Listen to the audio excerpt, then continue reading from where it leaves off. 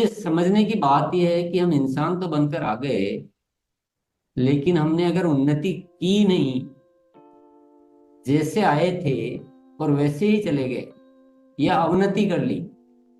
आए जब थोड़े ठीक थे, आत्मा का स्वभाव थोड़ा ठीक था, लेकिन इस दुनिया में जीते जीते उस स्वभाव को और खराब कर लिया। तो समझदारी का काम हुआ कि नुकसान का हुआ, फायदे का हुआ कि नुकसान का हुआ, ये तो और गलत हो गया, उल्टा हो गया मामला। तो फिर हमें क्या है, ऐसे बार बार बार बार जन्म लेते रहो। एक मोक्ष हम शब्द सुनते हैं ना, ये मोक्ष में जाना चाहते हैं। मोक्ष का मतलब वो आत्मा की श्रेष्ठ अवस्था जो उच्चतम होती है, अवस्था में जाने के लिए ये धरती पर आते हैं। कि हम हर बार, ठीक है, हमें सबको पता है कि चलो एक बार में हम उतनी उन्नति नहीं कर पाएंगे, लेकिन जितना अच्छा हो सकता है उतना तो बनाए अपनी आत्मा को। तो अगली बार फिर हम उस एक बेटर पोजीशन में जन्म लेंगे, फिर उससे और अच्छी उन्नति कर पाएंगे। ये आत्मा का टारगेट होता है। हालांकि वो जन्म लेने के बाद उसको ये सब कुछ याद नहीं रहता। ये एक सिस्टम है कि याद कुछ भी नहीं रहता पहले, ये भी। पर पुराने आप जीवन को जानना चाहो तो उसकी भी एक तरीके होते हैं, वो भी कुछ होता है कि आप वो भी जान सकते हैं। तो ये तो चलो एक बेसिक व्यवस्था के बारे में मैंने बताया है कि क्या पर्पज होता है इस धरती पर आने का। तो बहुत बहुत क्लियर है कि आत्मा आती सिर्फ इसीलिए कि मैं जैसी थी उससे उन्नति करूं। ये बहुत क्लियर है, एकदम स्पष्ट है। अब इसके लिए दो रास्ते अपनाए जाते हैं धरती पर आने के बाद इंसान।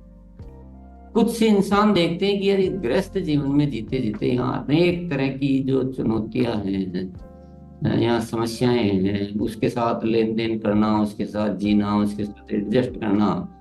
तो मैं अपनी आत्मा को वो क्वालिटी नहीं दे पाता हूँ, ऐसा नहीं रख पाता हूँ। तो वो ये गृहस्थ जीवन का त्याग कर देते हैं और वो साधु संत या जो भी होते हैं महात्मा संन्यास ले लेते हैं। कुछ और भी उससे ज्यादा आगे बढ़ने के लिए दूर चले जाते हैं, हिमालय में चले जाते हैं कि कोई दुनिया का कुछ नहीं, बिल्कुल मैं सिर्फ आत्मबोध में जीकर अपनी उन्नति कर सकूं। तो ये भी बहुत सारे रास्ता अपनाते हैं, पर सब तो नहीं जा सकते। अभी अपना नहीं, अपने को जमता है कि ऐसा करें। अब इसमें भी दो बातें हैं कि दुनिया तो छोड़ दी, लेकिन आत्मा ने स्वभाव नहीं छोड़ा। संत बन गए, लेकिन अहंकार नहीं छूटा, क्रोध नहीं छूटा, उस भाव में आ नहीं पाए। तो संत बन के भी उन्नति नहीं होगी। गृहस्थ ही रहे, लेकिन समता भाव में आ गए, बहुत निर्मल, बहुत प्रेम से, बहुत एक अच्छा इंसान बनकर जिए, तो भी आत्मा की उन्नति होगी। ये बहुत समझने की बात है।